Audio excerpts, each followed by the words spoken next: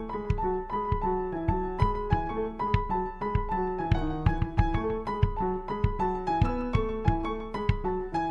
everyone, I'm Sukanya. And I'm Nishtha. And we welcome you to this episode of Intersectional Feminism Desi Style, brought to you by Feminism in India. So, as all of our listeners know, we really are trying to, through the course of this podcast, understand a lot of the different aspects of what it is that's included in pop culture, which is essentially the kind of content and the kind of things that we are seeing. However, it also becomes important to talk about the things that we are not seeing because they are not being shown to us. And that one very important critical word in that is censorship. And that's what we are going to be talking about in today's episode. So, right before I was researching this episode, I was actually going through the CBFC guidelines for the first time in my life to understand, okay, on what parameters are they really deciding that I can watch this film with my parents vis-a-vis don't watch this with your parents. So I was trying to understand what it is. And it's actually, and I tell all of our listeners, please go and have a look at those guidelines. They are very vague and they are based on some very archaic models of morality, and we can see that now, which is why when you have a film that is celebrating extrajudicial killings or custodial violence, that is not censored to the level to which agency of women, sexuality of women is. And so that really makes you question, like, how much of a, like, how much is this censorship really controlling what we can see? And it's not just about censorship in our films, even on social media platforms. Why a woman's nipples or menstrual blood is so offensive as to have people having to take down their accounts and telling them that you cannot exist on this platform. So there are a lot of things that are there to unpack when we talk about censorship. And I'm pretty sure that through the course of a quick podcast episode, we won't be able to arrive at any answers, but more questions. But at least that's what we're aiming to talk about in this episode is where do the lines blur between censorship and freedom of expression, essentially. And our guest today is quite possibly the best person to speak about this issue.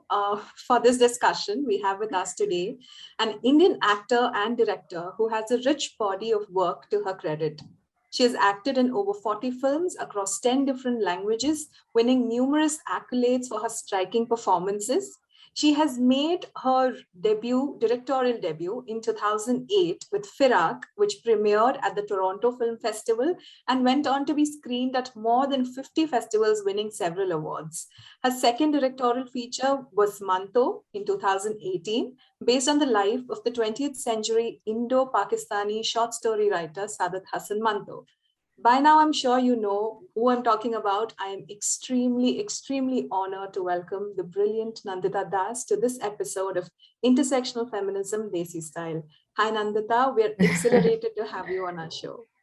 Hi Sukanya, hi Nishtha. Lovely meeting you in this virtual world. This is the best we can do. Well, it's also bringing many of us closer. We can actually see each other and find different ways of having these conversations online. So yeah, censorship is something that strangely has played a fairly big role in my own life and work right from the beginning. My first film, Fire, itself got sort of censored in a very strange way because actually, by the CBFC board, it was passed without a single cut to our own surprise. Wow. Okay, yeah, I mean, there have been, far tamer films that have gone under the knife, but even Deepa Mehta and Shabana Azmi and I, we were actually surprised because we were expecting cuts. So that was quite a landmark decision, I would say. So I think censorship is also of various kinds. One is the state censorship, right? Like there is a state body, like the censor board that decides arbitrarily because they have a group of members who come from different walks of life. But, I mean, 6 or 7 people are deciding the fate of an entire nation and to say what we should be watching and what not. So that's one. The second is self-censorship, because, and especially that's happening a lot these days, where you think, oh, we might be offending somebody. We do not want to bring some problems onto our lives. And, sort of without anyone actually wanting to censor us, let's censor ourselves, which is also a death of art, because if you begin to do that, then, I mean, freedom is, I think, so necessary for any art to flourish and for any thoughts or anything to grow. The third censorship, of course, is when there are cultural custodians who take it upon themselves to censor and feel that, okay, you don't have to give us any legal powers. We will just decide and we will tell you what you must watch or what you must wear or what you must eat, etc. So Twitter, basically. Well, Twitter, yes, but even before Twitter, during Fire, there was no Twitter, right? Right. But so the film did release in theaters, and people had mixed reactions to the film, from people thinking of it as a very bold film ahead of its times and congratulating us for it, to people who thought that we are converting every woman into a lesbian and that this is, totally against the Indian culture and quote unquote the Hindu culture and all of that, and were very angry with it. And many who were in the middle of it were confused. They understood it intellectually but not emotionally, or vice versa. So there were all kinds of reactions, which is fine. I mean, any film, if it triggers conversation, debate, even different views, I think it's great, because that's what films are supposed to do and can do. But I remember it was, I think, on the 13th day that film theaters actually started getting attacked, and people were physically, literally pulled by the collar and being asked not to watch the film, or the windows were being broken, the screens were being destroyed, etc. So that was a group of handful of people who took it upon themselves and said, no, we are going to stop everyone from watching this film because this is against our culture. And many of them hadn't even seen the film when journalists interviewed them. The good part of that was that suddenly people, whether they had seen the film or whether they disliked the film or liked the film, they literally took to the streets and said, who are you to tell us what we must watch? And this whole idea of fighting for freedom of expression, in at least in the last 20 years, now it's been 25 years since Fire came out, seems much, doesn't seem that long, and yet it's really been long, that people really took to the streets and demanded and started this whole conversation beyond Fire, beyond homosexuality, or at that time we didn't even have the vocabulary of LGBTQA plus, etc. That time it was just called it was very binary. It was homosexuality and heterosexuality kind of a thing. So in some ways, I have seen the attacks right from the beginning of my work, especially in films. Before that, I mean, when I was 17, I did street theater, and to my horror, until today, it's sort of one of those things that you can't grapple your head around, is killing Safdar Hashmi, for instance. The group that I was working with, and I was very closely working with him in street plays, and the play I did 50 shows off, and it was just that when he got killed, they were performing the same play, but I was teaching at Rishi Valley, a school in the south. And so in some ways, this whole thing of censoring art, the fear of art telling you things that you don't want anyone to know, why do we even fear art?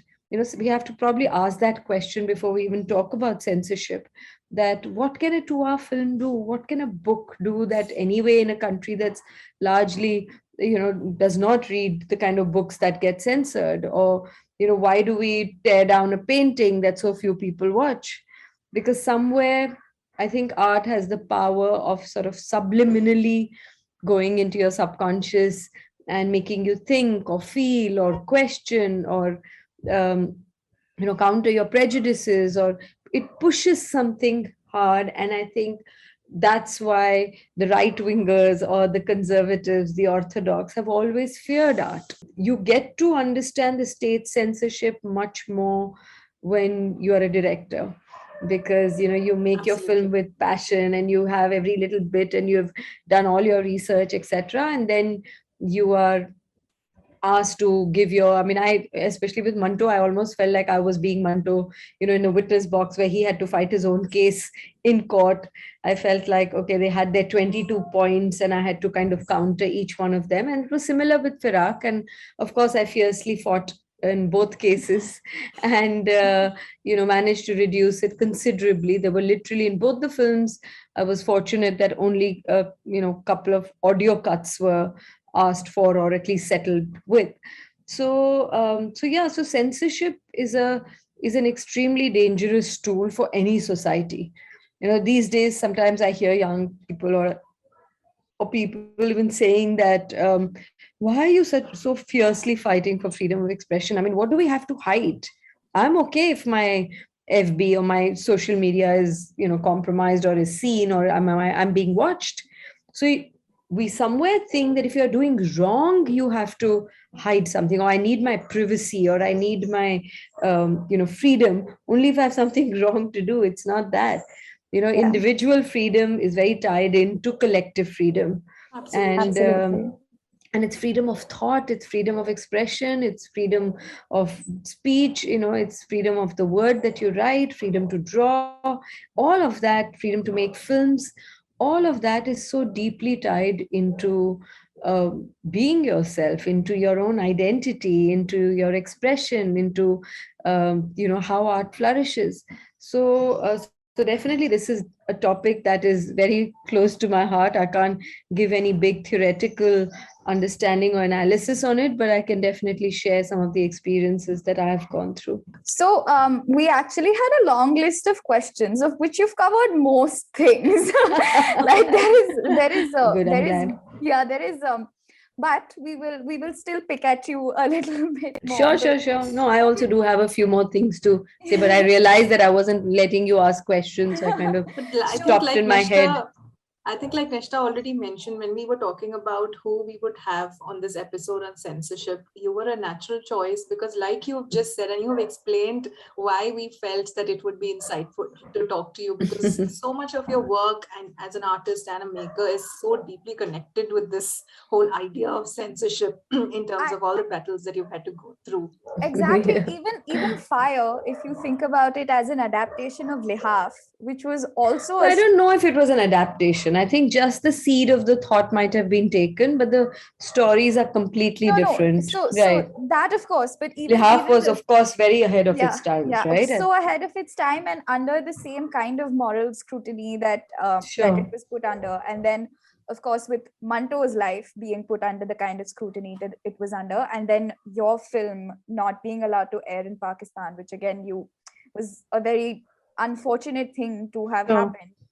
I wanted to know a little bit, like, even so there's also this censorship is such a, as a word, there's so much to unpack with that, because the first form of that censorship is school, and it's our parents, and it's like ye mat bolo and ye mat karo, and Yeah. be a Right and little, wrong and yeah, morality. yeah, And yeah. be more quiet, and you can't say that to an elder, and you can't say no to something. So just take us back a little bit, like, as what are some of your like earlier memories with actually this kind of block of censorship? I was very fortunate, I have to say. My father is a painter, mother a writer. I had the biggest privilege. We often think of privilege as money, and of course, you have need to have your stomach full, and then you can talk about other things. But the freedom to think independently or the freedom to question is a huge privilege. And I realized that I was very fortunate to have that I could ask anything. There was none of this that you're the girl. I have a younger brother as well, and that you are the daughter or you're the girl, you can't do this, or why you are answering back. This whole thing of when you ask questions, it's like seen as being disrespectful or answering back, or sometimes either you become very compliant with everything or you become a rebel. But luckily I didn't have to do either of it, and I was given the freedom to question. And now, being a parent myself, I realize how important. And sometimes as a parent it's stressful because your son is asking you about everything and calling out all your contradictions, and and then you have to answer, and you're forced to think about things that you have believed in words, but now somebody is holding you to all your actions, which is great. And I think that's how you also grow. So but I think the first experience, like I said, was with Jannat Manch, with this street theater group, because I just couldn't understand that how can somebody be attacked and killed for performing a street play on the street. Like, how, what kind of a crime is that supposed to be? So and then of course there was Fire and Earth, and there were a couple of other films also in between that went into a bit of troubled waters, whether it was Bhavandar about Bhavri Devi's case, or whether it was Firak because it was a post Gujarat carnage film, so it had its own. And also sometimes it's not so direct. There are various ways in which you're silenced, and now I'm talking more about especially today's times, because things have just become, I think, from bad to worse in many ways. That there are threats, there are you can be harmed in different ways by which you can be silenced. And it's tough. I mean, I don't judge when there are people who are choosing not to say. In fact, I like some of my own friends say that, oh, you don't speak as much as you used to 10 years ago. And I it's an internal, what I'm sharing now is more sort of personal journey. That there was a time where I wanted to scream and say what I want to. I wanted to come on to television debates. I wanted to do more of these conversations because I felt it was important to speak up, etc. And then I went through this phase and I felt that there was more polarization happening in society, because it was always us and them, and it was always, are you for it or against it? And when conversations become so polarized, you're actually not listening or talking, you're not really conversing. You've already formed an opinion. So especially in the last 10 years, my whole journey has been much more about listening and understanding why people who have completely opposite views from mine, why do they think the way they think? What are the fears of the unknown? Because when you fear something that you don't know enough about, of course you fear it because you don't know enough about it. And therefore, instead of judging that, how do you actually engage? So my own engagement has changed. It doesn't mean I feel any less passionately about freedom of expression, or my views on censorship has diluted, or my views on right wing politics has become any less, etc. But I think when you say that you're a liberal, of course all words have been vilified now. I don't know what word to use. But let's say loosely, to be liberal means to be open, and to be open means to engage, to have the ability to have that conversation, to listen. And I think that's the space I'm much more now. So I went through a fairly rabid phase where I didn't want to listen, where I would rather be in my echo chamber and listen to people who all had similar views and thoughts. But I think when you're so fiercely for freedom of expression, or you're fiercely against censorship, then you have to also fight for things that you disagree with. That is where we are challenged.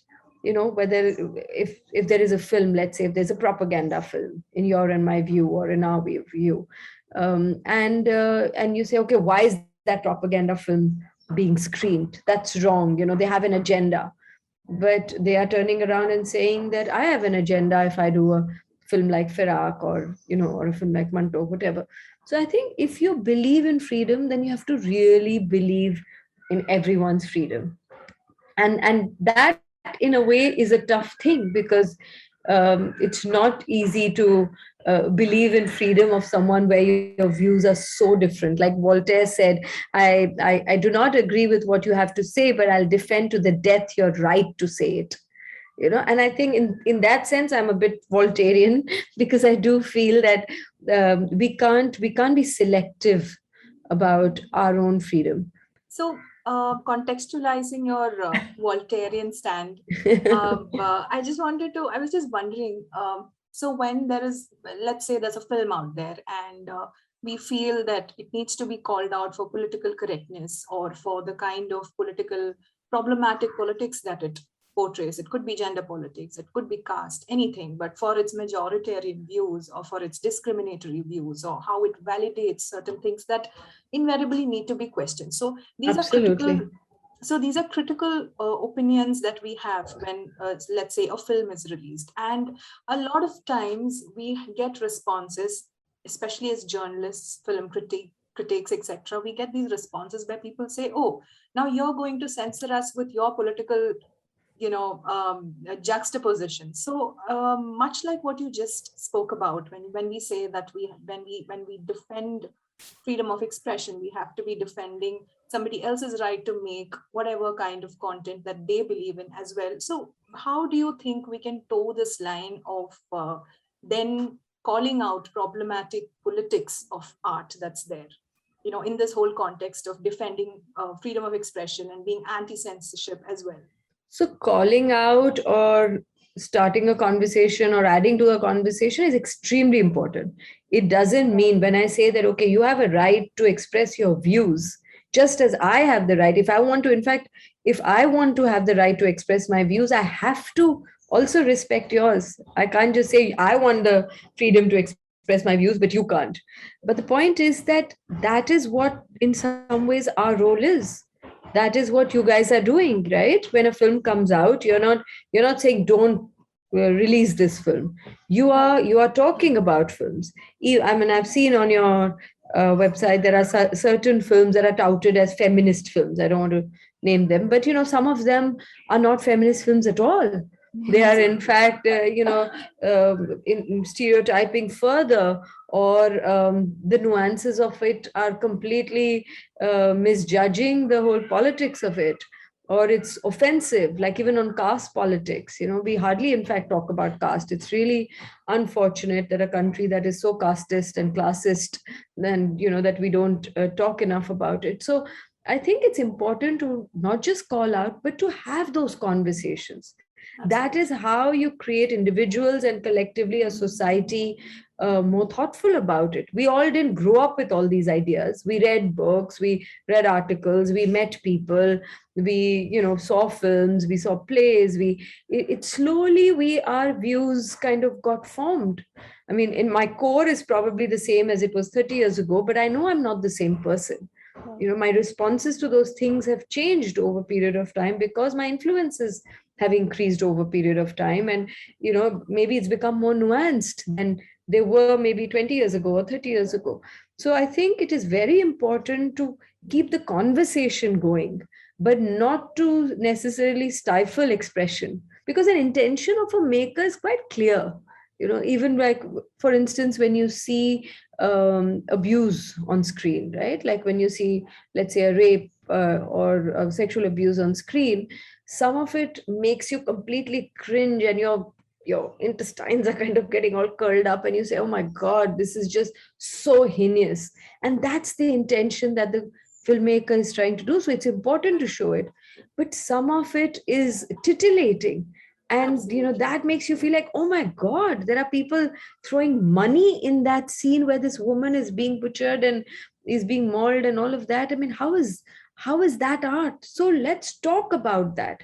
If somebody has made it, because otherwise, how will we decide what needs to be censored or not? It will always be subjective. Like when we say sex and violence is something that should be censored, but sometimes there are these so-called harmless dialogues which are so offensive, which are so regressive.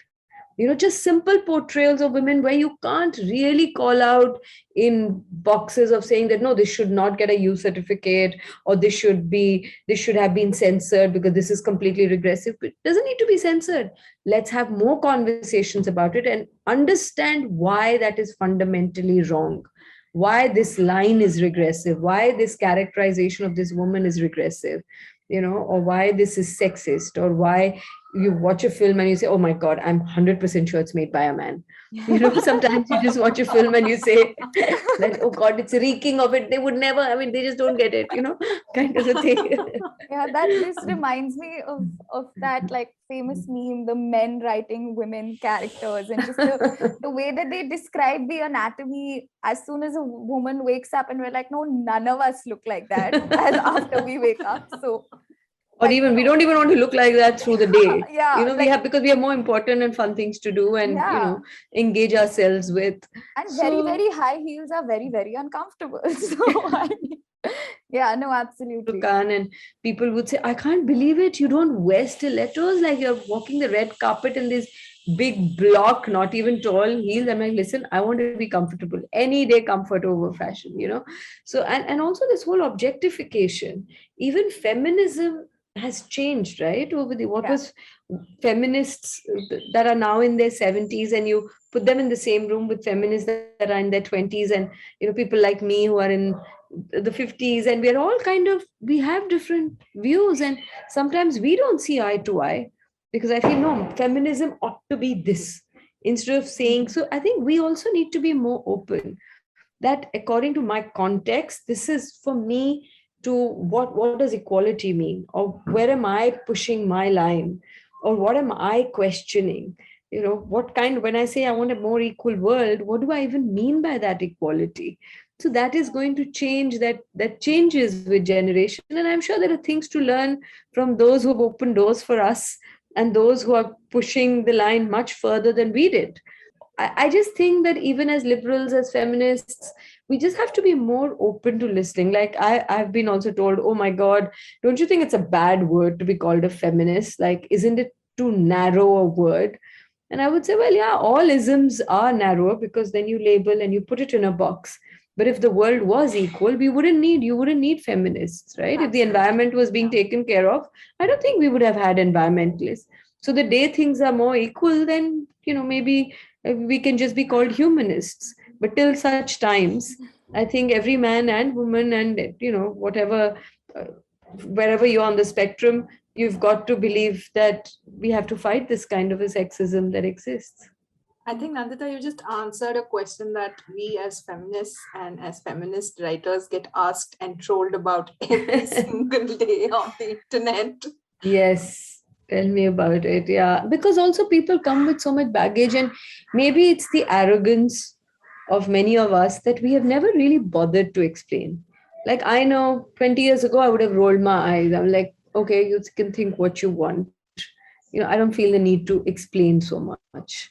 And I know who I am, and I know why I feel comfortable being called a feminist. I mean, I'm also not too much for labels. If you don't want to call me a feminist and you want to call me another name, that's fine. I know where my values and where my ideals stand. But today, I think I would like to engage. If somebody says that, how do you respond to the word feminist? Are you a feminist, and what kind of feminist are you? What do you want to say about the 20-year-old feminists? Are they just sort of click feminists, like on Twitter and on signing petitions and stuff like that? So I think we have to be also less judgmental about each other. Yes. We are all on the same side. We have to also know who our real enemies are. So this whole thing of them and us is not so black and white, and not so binary. It's not really. And I've always said, it's not. And we need men as allies, we need other people, we need people of different generations, we need people of different thoughts. So that us has to be redefined to be far more inclusive. But just adding on to the conversation about engaging, I completely agree that it is like it's very difficult after a point in time to be like, no, I'm going to exist in my bubble and I'm going to think what I think, and if you get it, great. If you don't get it, well, Too bad for you. sucks to you.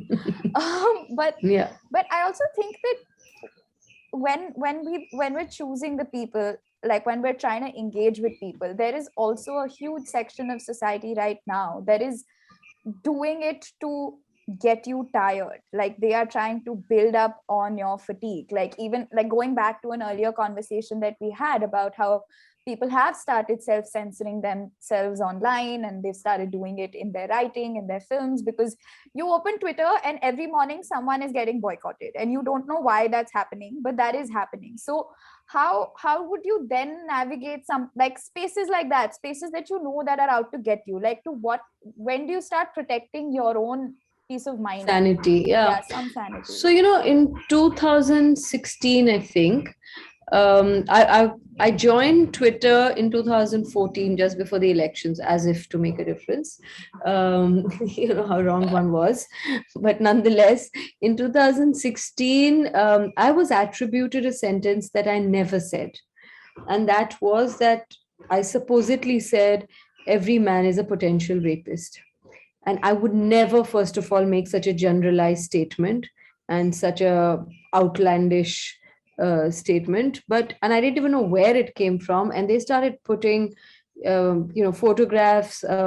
of people in my family and saying, potential rapists and all. And it was really troublesome because I didn't even know where it came from. So I really started digging it and finding where did it come first, etc. And I used to read notifications at that time. I learned it the hard way. So I used to read and I used to get really upset because people used to say all kinds of nasty things. And they would say, you lesbian fire, you Kali Bengali, you divorcee. I mean, anything which had nothing to do with the conversation they were even talking about. And they would, you better take your son and go to Pakistan, and all kinds of usual slurs were thrown at me, and much worse. I mean, words that I would not even use in private, let alone in a public platform. So I wrote an article both in the Week, and then I traced it actually to an article in Times of India where that line was written with, where I was not there anywhere in that whole article except for that one random line. So I wrote to them. I said, no, you don't only owe me an apology. You need to publish this article. It was called The Troll Story, and I wrote about it. And I decided to leave Twitter. So in 2016, I said, I don't have such a thick skin. I can't handle this. It's just making me angry, and there's a negativity that's festering, and which is not healthy for me. I'd rather do whatever little I can do. And then suddenly there was a flurry of messages saying, no, don't read, don't leave, and we follow you. So also what happens often, the negative voices are so shrill, even though they are fewer actually. And the sane voices don't always get into that conversation, right? And in some ways it undermined my 20 years of gender work, because I would meet people who were, sort of sensible people who sort of said, oh, we admire your work. I understand you must have been very angry when you said that sentence. And I found myself defending. I was like, are you mad? I would never say something like that, And so anyway, it was really, really difficult. But what I also learned, that as I think Martin Luther King, I love these quotes and all of that, so I often quote, but I think Martin Luther King said something to the effect that in our times we will repent not for the evil deeds of the bad, but for the silences of the good.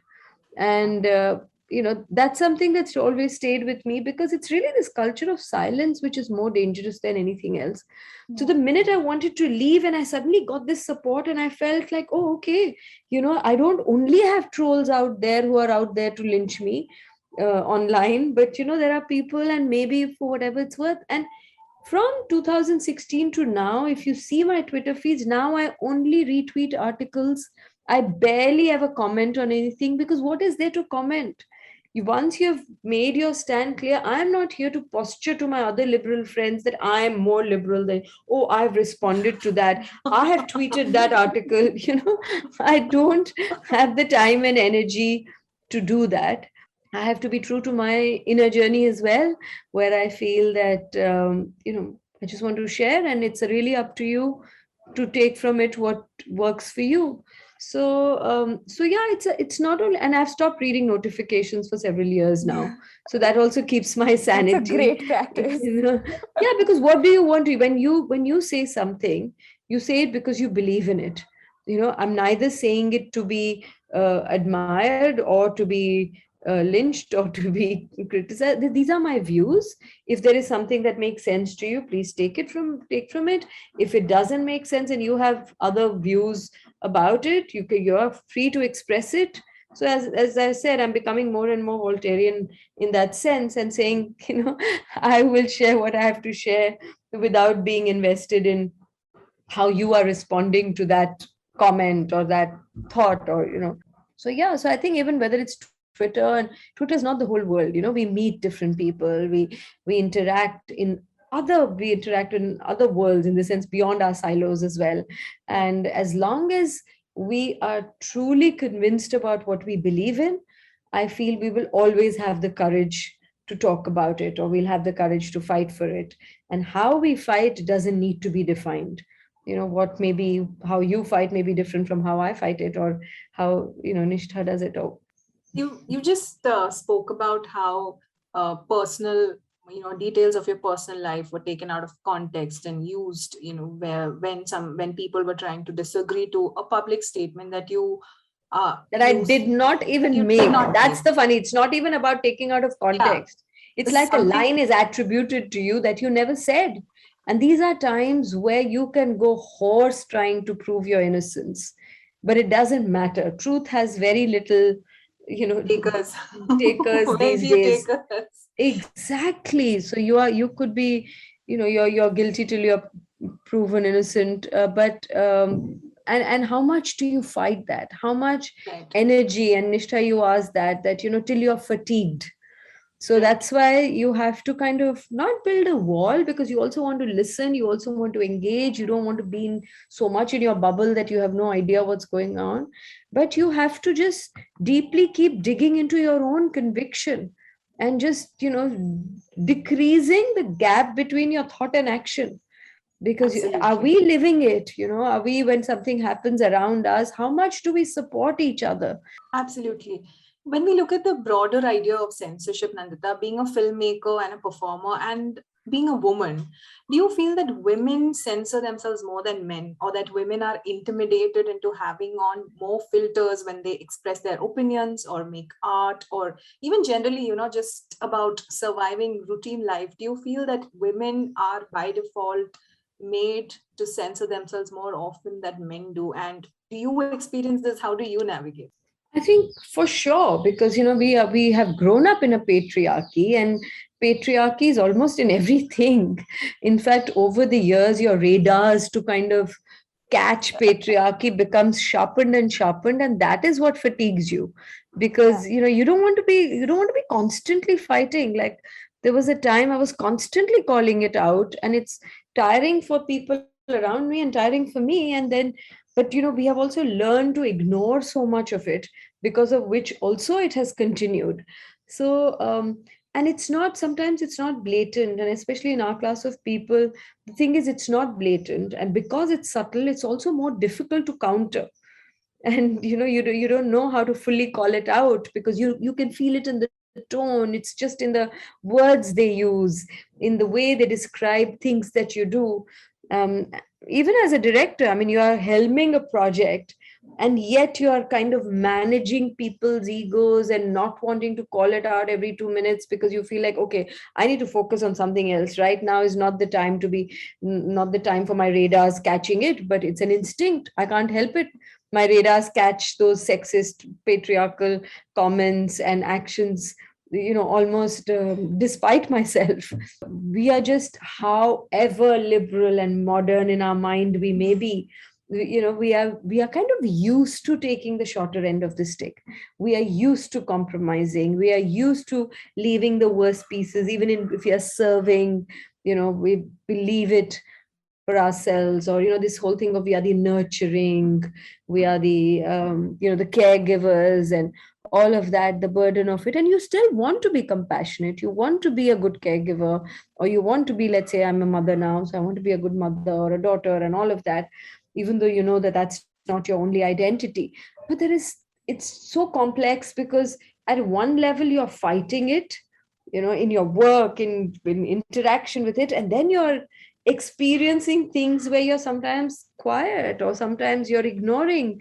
So definitely I've also faced those things, and you have to be vulnerable, you have to catch yourself, and it's a constant process. It's not like I say, oh, I caught myself doing that day before, so today I'm all very empowered. Not at all. I will fall for it yet again when there is another situation where there are certain expectations from me, and I just want to kind of subconsciously comply to it, or there are vulnerabilities, or there's lack of confidence, for instance. Yeah. I see certain thing, like men talk about their work and all of that, even if they've done half of maybe what you have done, with so much confidence, and I did this and I did that. And we are always trying to underplay ourselves. And if Right. somebody says something nice about me, I'm like, no, no, but I'm like, and I've so many times been told, even by my friends, can't you take a good compliment? Why don't you just say thank you? I'm like, no, but it's not so much, I was just at the right time, right place. I'm constantly feeling like, no, no, it's more than what I deserve. Where is that coming from? But I'm so deeply conditioned to think that we mustn't trample over anybody. And which is, I don't want to be trampling. I don't want to be elbowing. But what is that fine line? And can I walk that fine line constantly? No. But over the Absolutely. years, I'm working on myself, and it's a process. And more I'm realizing that the more vulnerable you are, it's not, first of all, such a bad thing. And, vulnerability also Thank you gives for saying rise. No, totally.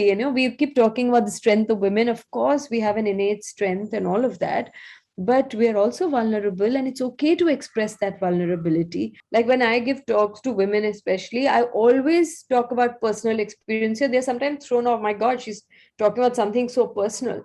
And I'm like, yeah, because I want to share this, and I want to, and I think that creates a kind of a circle of confidence where women then start sharing. Anandita, what do you feel about how, if can we balance, is there a way you see censorship as a concept being able to balance this sort of we will decide what, a few of us will decide what all of you will watch, versus how a lot of intersectional marginalized realities are being sidelined? Because when you look at censorship, the broader idea of censorship is morality, which is often very arbitrary and which is very authoritarian, and leaves out a lot of marginalized experiences. So do you think censorship then affects the course of intersectional content?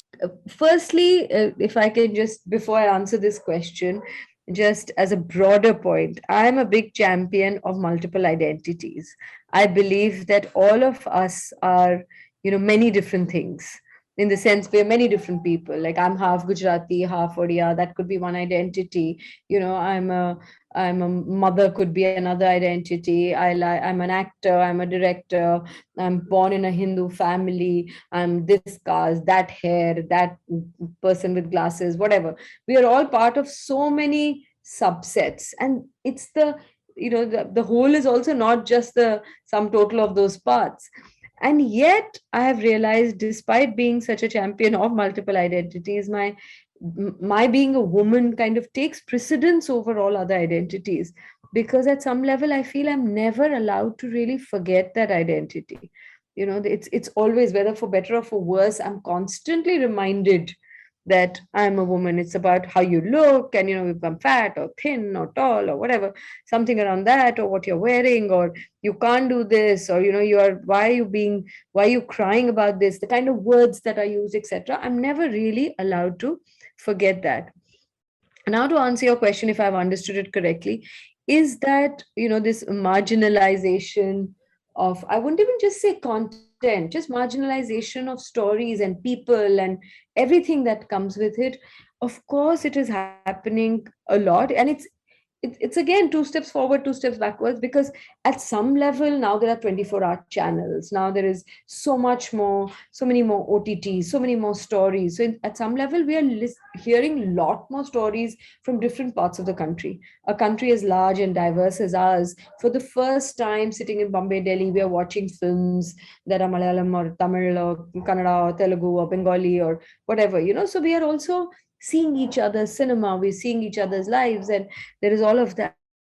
Time, unless something is not very dramatic or sensational, which will make it to the national news or national channels or national OTTs or international for that matter, there are lots of stories that are just vanishing.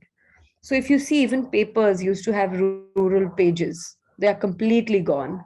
It's like so many marginalized stories. Anyway, there is a homogenization kind of process that is happening to homogenize everything, to bring everything to the mainstream, quote unquote. So definitely the marginalized stories are decreasing. But again, like the social media, it's raising a lot of questions that were not being asked before. At the same time, are we listening to the same things that we have been listening? Are we still too much in our silos? Is something new really happening? It's a bit of both, that many stories that we hadn't heard before are also coming to the fore, and at the same time many stories and many lives are being completely forgotten.